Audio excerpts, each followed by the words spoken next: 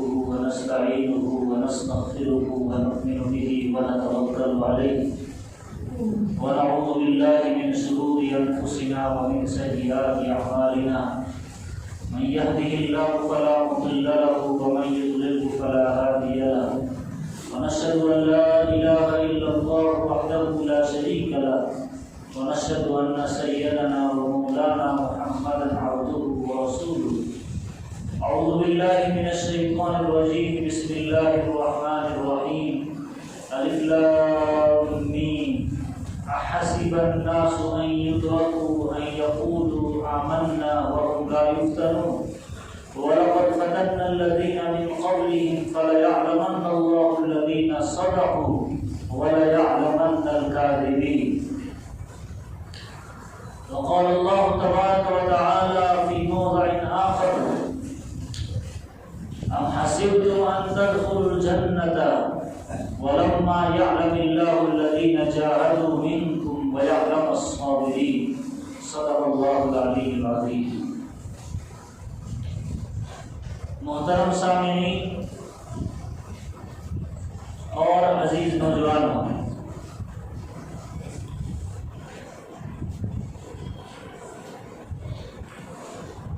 قرآن پاک کی جن آیات کریمہ کی آپ حضرات کے سامنے تلاوت کی گئی، ایک پہلی آیت کا تعلق مکی زندگی سے ہے اور دوسری آیت کا تعلق مدنی زندگی سے ہے۔ پہلی آیت مکہ کے اس دور میں نازل ہو رہی تھی جو دور سخت مشکلات اور تکالیف کا تھا۔ نبی علیہ السلام اور صحابہ کرام رضوان اللہ تعالی علیہم اجمعین کے اوپر مصیبتوں کے پہاڑ توڑے جا رہے تھے۔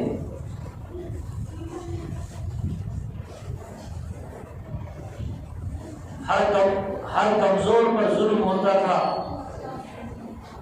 اور ہر طاقتور انسان نے سر اٹھایا ہوا تھا۔ ایسی صورتحال میں یہ آیت اتر ہوئی جو پہلی آیت میں نے آپ کے سامنے تلاوت کی، اور پھر جو دور شروع ہوا ہے سن 490 سے مکے کی زمین مسلمانوں کے لیے تنگ کر دی گئی۔ ایک ایک آدمی کو الگ الگ پکڑ کر مارا جاتا تھا۔ ہو بہو آج کی موجودہ جو سچویشن ہے انڈیا کی یا ہندوستان کی، جہاں موب لنچنگ ہوتی ہے، کسی کو پیٹا جاتا ہے گائے کے نام پر، تو کسی کو پیٹا جاتا ہے کوئی نعرے کے نام پر، تو کسی کو الگ طریقے سے ہراساں اور پریشان کیا جاتا ہے۔ یہی صورتحال تھی اس زمانے میں جس زمانے میں آپ نے یہ اعلان کر دیا۔ ایک ایک کو مارا جا رہا ہے، بھی زیادہ لوگوں کو جمع کر کے نہیں کہ اس طرح فوج در فوج مقابلہ ہو رہی، جنگ ہو رہی ہے، ایک ادھر سے فوج ہے ایک ادھر سے فوج ہے، ایسا نہیں تھا۔ وہاں ایک ایک کو مارا جاتا ہے جو آج ہو رہا ہے۔ تو یہ لنچنگ ہونا کوئی نئی بات نہیں۔ نبی نے، صحابہ اکرام نے، خود نبی نے، آپ حرم شریف میں نماز پڑھ رہے ہیں، آپ سوچیے، اندازہ لگائیے اس زمانے کی کافرین اور مشرکین اور ظالمین لوگوں کی ذہنیت میں نفرت تھا، کیسی نفرت تھی۔ آج کم سے کم مسجد کا احترام ہے لوگوں کے، ہندو بھائیوں کے ذہنوں میں، ان کی نمازوں کا احترام ہے۔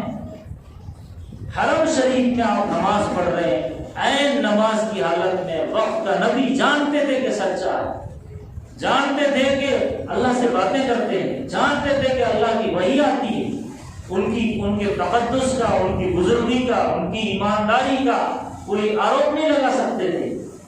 آج جن کو مارا یا پیٹا جاتا ہے طرح طرح کے آروپ لگا دیتے ہیں، اس نے یوں کیا، اس نے یوں کیا، اس نے دھرم پریورتن کروایا یا فلاں کو ورگلایا، بہلایا، پھسلایا۔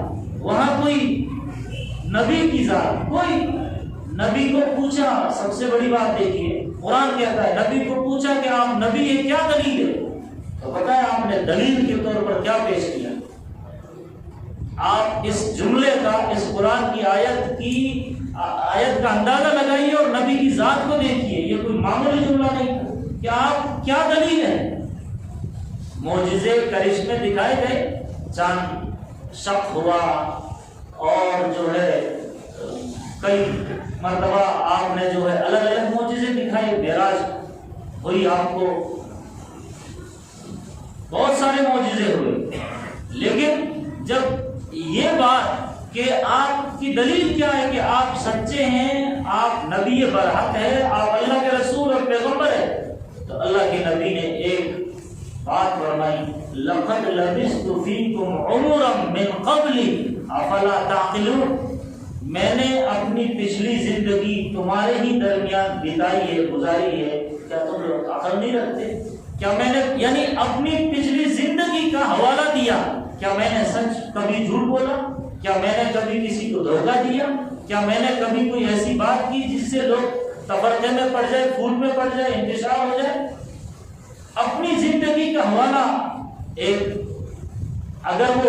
اگر وہ کوئی عام انسان ہوتے تو عام انسان کے لیے دینا مشکل ہے۔ لَقَدْ لَبِثْتُ فِيكُمْ عُمُرًا مِّن قَبْلِ، میری جو پہلے کی زندگی ہے تمہارے سامنے، میں تمہارے سامنے پیدا ہوا، تمہارے سامنے میرا بچپنا گزرا، ابا گزر گئے پہلے، 6 سال کا ہوا تو ماں چلی گئی، 8 سال کا ہوا تو دادا چلے گئے، میری پیدائش پر تم لوگوں نے خوشیاں منائی، کسی نے تو اپنی باندیاں اور نوکرانیاں آزاد کر دی، ابو لہب نے، اس خوشی میں کہ میرے خاندان کے اندر ایک ہونہار اور خوبصورت بچہ پیدا ہوا ہے، آپ کا نام رکھا گیا ان کی آنکھوں کے سامنے محمد، پوچھا گیا کہ یہ نام کیوں رکھا ہے؟ ایسا تو آج کل کسی کا نام نہیں، کہا اس لیے کہ سارا زمانہ اس کی تعریف کرے۔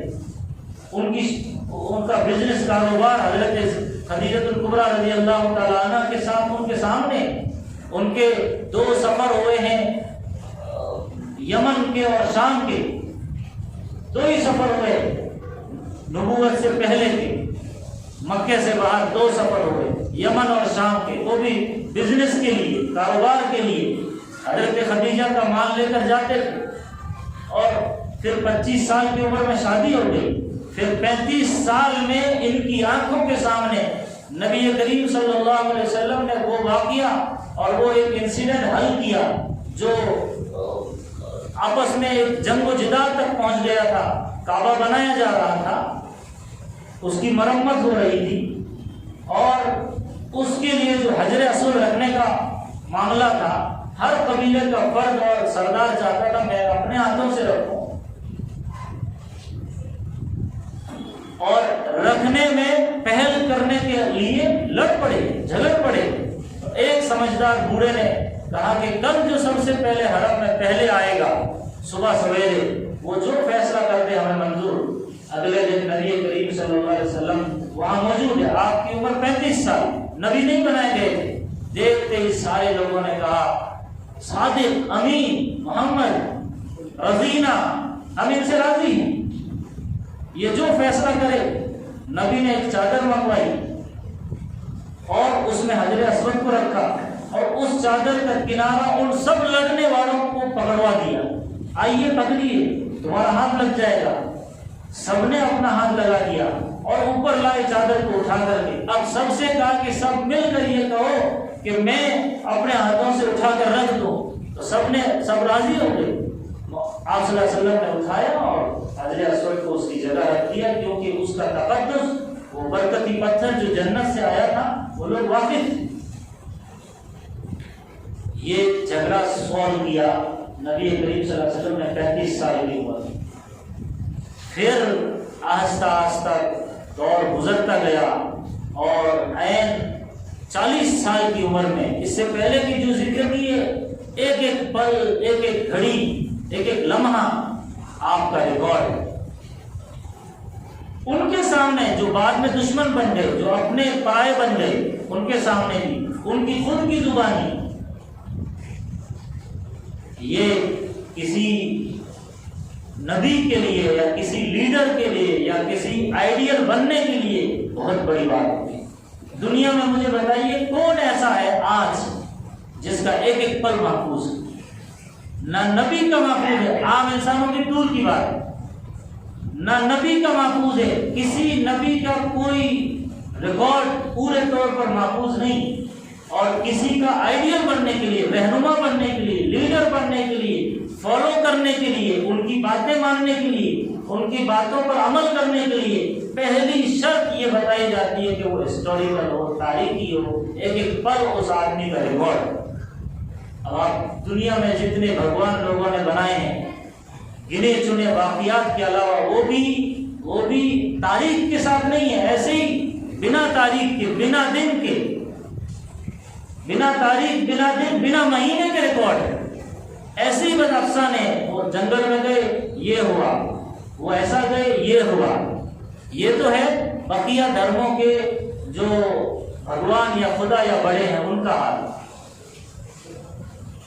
ان کا بڑے سے بڑا مہاتما گوتم بدھا ہو یا شری رام ہو، تاریخ کے ساتھ کسی کی کوئی بات ریکارڈ نہیں، صرف افسانے ہیں، کہاوتیں ہیں۔ بولا کب بولا، کس نے سنا، کون گواہ ہے، کون سے مہینے میں بولا، کون سے سال میں بولا، کدھر کیا ہوا، اس کا کوئی ریکارڈ نہیں۔ وہ تو بھلا ہو یورپ والوں کا، انگریزوں کا، کہ کچھ اندازے سے فٹ کر دیا، لیکن تاریخ اور مہینے اور سال ان کے پاس نہیں۔ آپ آ جائیے حضرت موسیٰ پر۔ موسیٰ علیہ السلام کی زندگی کو لیجیے۔ پیدا ہوتے ہیں، ماں ڈال دیتی ہے صندوق میں، بہتے بہتے فرعون کے محل تک پہنچتے ہیں، وہاں پر پلتے ہیں، بعد میں ہو کر کے اللہ نبی اس سے پہلے کا ایک دو واقعے ہوتے ہیں کہ دو آدمی جھگڑ رہے ہوتے ہیں، ایک کو مارتے ہیں دھوسا، مر جاتا ہے، ڈر کے مارے شہر چھوڑ دیتے ہیں، مدین چلے جاتے ہیں، مدین میں 8-9 سال 10 سال کے آس پاس عرصہ گزارتے ہیں، وہاں حضرت شعیب کی بیٹی سے شادی کر کے واپس آتے ہیں مصر، اور فرعون کو ایمان اور اسلام کی دعوت دیتے ہیں، اور فرعون پھر پیچھے وہ جادو والا واقعہ ہوتا ہے اور اس کا لشکر ڈوب جاتا ہے۔ موسیٰ علیہ السلام اپنی قوم کو لے کر بچا کے دریائے نیل پار کر کے نکل جاتے ہیں شام کی طرف۔ اس کے علاوہ ان کی جوانی، ان کا بچپن، ان کی راتیں، ان کا دن، ان کے رکوع، ان کے سجدے کوئی محفوظ نہیں۔ بیوی کے ساتھ کیسے رہتے تھے، رشتہ داروں کے ساتھ کیسے رہتے تھے، بھائیوں کے ساتھ کیسے رہتے تھے، وہ شوہر کیسے تھے، وہ بزنس مین کیسے تھے، وہ کاروباری کیسے تھے، وہ استاد کیسے تھے، کوئی چیز محفوظ نہیں۔ اس لیے وہ نبی ہیں اپنی جگہ، لیکن وہ تاریخی نہیں، اس لیے وہ ان کو فالو نہیں کر سکتے۔ حضرت عیسیٰ پر آ جائیے۔ حضرت عیسیٰ علیہ السلام بغیر باپ کے پیدا ہوتے ہیں اور چند سال غائب ہو جاتے ہیں۔ آخری چند سالوں میں آتے 3 سال ان کے سامنے رہتے ہیں، بقیہ پوری زندگی جنگلوں بیابانوں میں غائب ہیں۔ 3 سال آتے ہیں، دعوت دیتے ہیں، 10-12 لوگ ان کے ہاتھ پر کلمہ پڑھتے ہیں، اور پھر ان کو ان کے مطابق سولی پر چڑھا دیا جاتا ہے۔ قرآن کے مطابق اللہ نے اٹھا لیا آسمانوں پر۔ اس کے علاوہ کیا مانگا؟ زیادہ سے زیادہ یہ کہ وہ مٹی لیتے تھے، پھونک مارتے تھے، پرندہ بن جاتا تھا۔ کسی برس اور کوڑ کے مریض پر ہاتھ پھیرتے تھے، اس کو شفا مل جاتی تھی۔ مردوں سے باتیں کرتے تھے۔ زندگی کیسے گزاری، بیوی کے ساتھ کیسے، رشتہ داروں کے ساتھ کیسے۔ انسان کے لیے آئیڈیل چاہیے۔ میں اگر شادی کرتا ہوں تو میرے لیے آئیڈیل کون، میں کاروبار کرتا ہوں تو میرے لیے آئیڈیل کون، میں استاد بنتا ہوں تو میرے لیے آئیڈیل کون، میں امیر اور سپہ سالار بنتا ہوں تو میرے لیے آئیڈیل کون۔ اس کے لیے اس نقشے میں جو ذات فٹ ہوتی ہے وہ محمد عربی صلی اللہ علیہ وسلم۔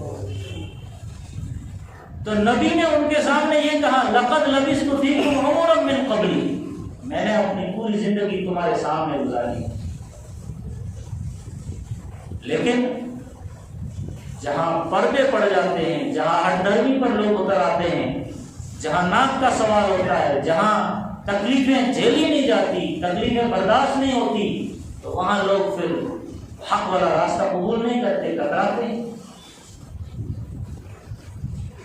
تو نبی نے کیا کیا تکلیفیں نہیں جھیلی، بڑی محنتیں کی، بڑی مشقتیں اٹھائی۔ آپ حرم میں کھڑے ہیں، آپ کی پیٹھ پر اونٹ کی اوجری رکھی جاتی ہے، آپ طائف جاتے ہیں، وہاں پر جو ہے آپ کے ساتھ کیا سلوک ہوتا ہے۔ آپ کے صحابہ بلال ہے، مکے کی ریتی میں گھسیٹا جاتا ہے، حضرت سمیہ کو 2 اونٹ سے باندھا جاتا ہے، ایک ٹانگ کو ایک اونٹ سے، دوسری ٹانگ کو دوسرے اونٹ سے، اور پھر پورا جسم ان کا چیرا جاتا ہے۔ ابو جہل ایک خنجر مارتا ہے عین نازک جگہ پہ، ایسے سخت، اور وہ بھی ایک عمار کو باندھا جا رہا ہے، ابو فقیہ کو ایک چٹائی کے اندر بند کر کے اس دھوئیں میں چھوڑ دیا جاتا ہے، کسی کو گھر سے نکال دیا ننگا کر کے۔ یہ سارے واقعات ہیں، اور ان واقعات کی روشنی میں ادھر حبشہ کی ہجرت ہو رہی ہے، لوگ مکہ چھوڑ کر حبشہ جا رہے ہیں، اب آگے مدینے کی تیاری ہو رہی ہے۔ اس حالت میں یہ آیت اتر رہی جو میں نے آپ کے سامنے پڑھی، الف لام میم احسب الناس ان یترکوا ان یقولوا آمنا وهم لا یفتنون۔ لوگ کیا سمجھتے ہیں کہ بس کلمہ پڑھ لیا، ایمان لے آئے اور ان کو چھوڑ دیا جائے گا، وهم لا یفتنون، ان کو آزمایا نہیں جائے گا۔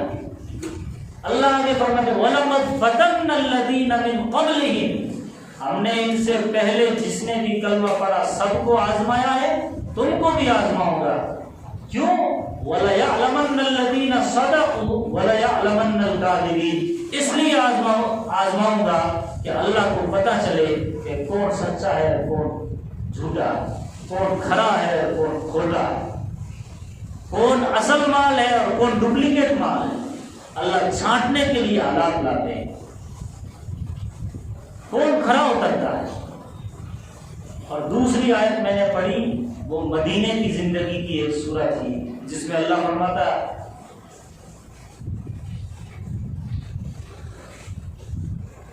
وَلَمَّا يَعْلَمِ اللَّهُ الَّذِينَ جَاهَدُوا مِنكُمْ أَمْ حَسِبْتُمْ أَن تَدْخُلُوا الْجَنَّةَ وَلَمَّا يَعْلَمِ اللَّهُ الَّذِينَ جَاهَدُوا مِنكُمْ وَيَعْلَمَ الصَّابِرِينَ۔ تم کیا سمجھتے ہو جنت کوئی معمولی چیز ہے، ایسے ہی مل جائے گی؟ اس کے لیے اللہ تبارک و تعالیٰ یہ چاہتا ہے کہ تم جہاد کرو، اللہ یہ چاہتا ہے کہ تم جدوجہد کرو، اللہ یہ چاہتا ہے کہ تم تکلیفیں اٹھاؤ، اللہ یہ چاہتا ہے کہ پھر اس تکلیفوں کے بعد پریشانی آئے تو اس پر صبر کرو۔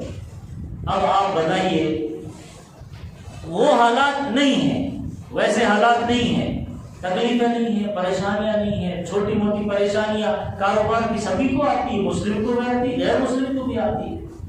آج ایسی بھید بھاؤ میں، نفرت میں مارا جاتا ہے، ایسی رہے، لیکن خالص ایمان کے لیے، خالص اسلام کے لیے ہم نے کیا تکلیفیں اٹھائی؟ اگر ہم تکلیفیں نہیں اٹھا رہے، پریشانیاں نہیں اٹھا رہے، اس کا مطلب ہمارا ایمان کمزور ہے، ہمارا اسلام کمزور ہے۔ کیونکہ اللہ نے فرمایا ایمان لاؤ گے تکلیفیں آئے گی، ہم ایمان لے آئے اور ہمارے اوپر تکلیفیں اور حالات اور پریشانیاں نہیں آتی ہے، اس کا مطلب یہ ہے کہ ہمارا ایمان وہ نہیں ہے جو اللہ چاہتا ہے۔ کیوں نا؟ اب آپ اس کو اگزامپل سے سمجھیے، بات ختم کرتا ہوں۔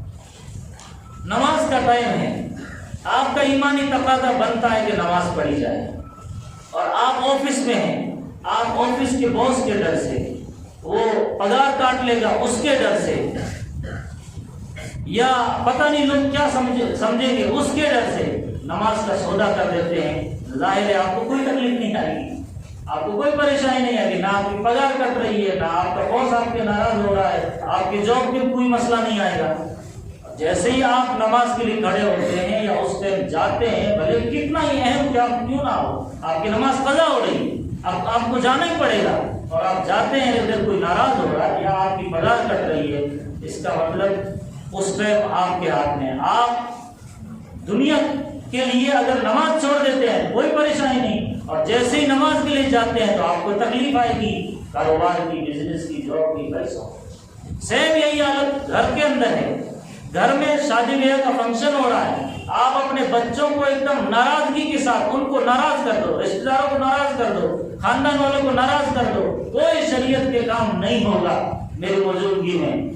تو اگر وہ ناراض ہوتے ہیں اور آپ رب کو راضی کرتے ہیں تو ظاہر ہے تکلیف آئے گی، سارے ناراض، پریشانی آئے گی۔ یہ ہے مشکلات، جس مشکلات کو اللہ کہہ رہا ہے کہ مشکلیں آئے گی، تکلیفیں آئے گی، لیکن آپ کو مشکل نہیں آئے گی۔ کیوں؟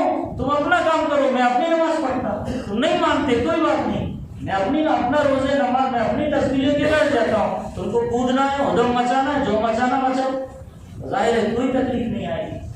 جیسے ہی آپ حق کی آواز اٹھاتے ہیں، بلند کرتے ہیں، تو ظاہر ہے تکلیفیں آئے گی۔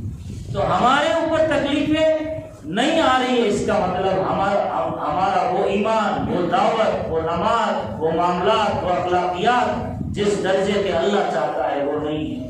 اور جس دن وہ ہو جائیں گے پھر اللہ فرماتا ہے الا ان نصر اللہ قریب، پھر اللہ کی مدد قریب ہے، پھر اللہ کی مدد قریب ہے۔ فتح من اللہ، اللہ کی طرف سے جیت ملے گی، نصر من اللہ، اللہ کی طرف سے مدد آئے گی اور وہ بہت بڑی ہے۔ اللہ سے دعا کرنا ہے اللہ مجھے آپ سب کو عمل کی توفیق عطا فرمائے۔